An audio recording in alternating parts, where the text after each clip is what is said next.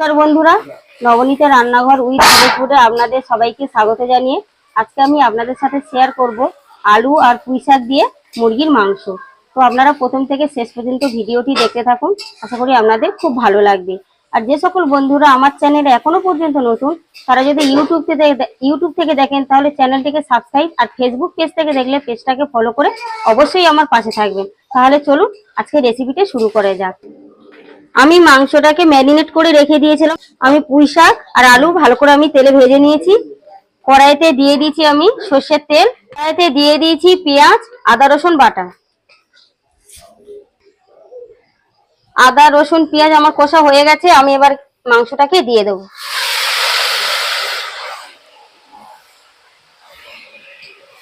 মাখায় দাও নাকি না, এদিকে আও।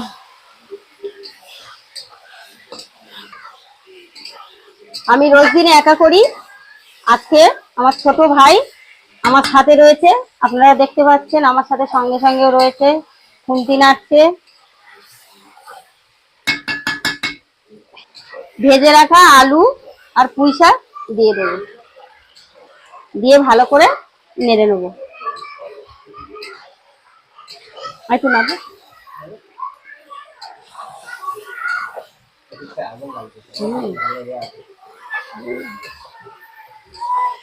দিয়ে আমি একটু চাপা দিয়ে দেবো।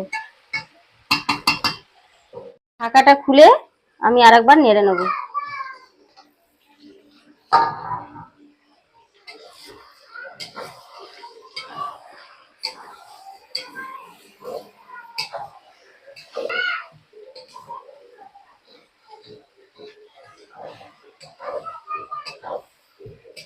জল দেবো একটু হবে।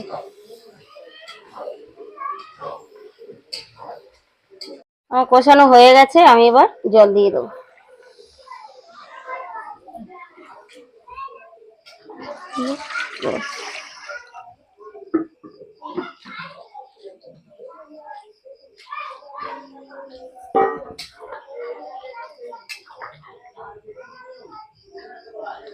মাংসের তরকারি আমার হয়ে গেছে, আমি এবারে দিয়ে দেবো একটু গরম মশলা।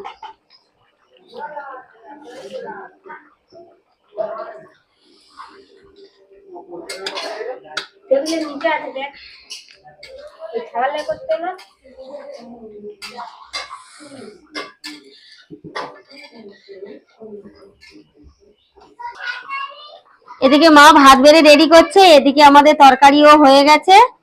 এবারে আমরা সবাই খেতে বসবো।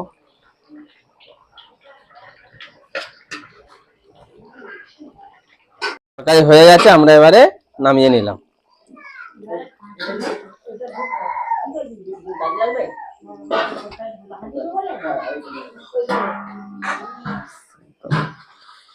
খাওয়া শুরু হয়ে গেছে, প্রথমে ডাল আলু মাখা দিয়ে শুরু হয়েছে।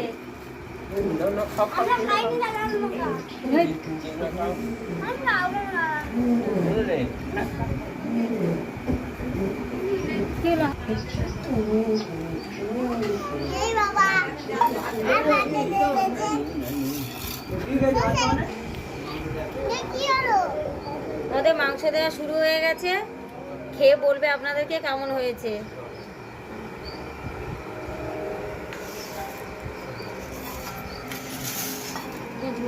শুধু আলু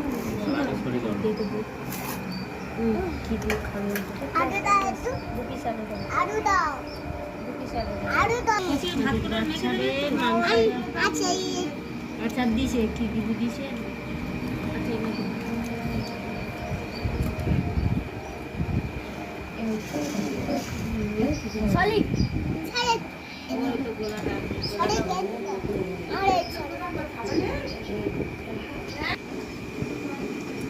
আমাদের ছোট বন্ধুদের মাংস দেওয়া হয়ে গেল।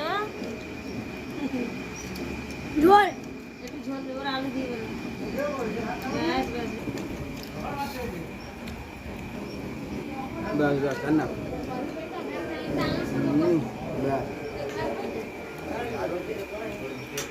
খেয়ে বলো।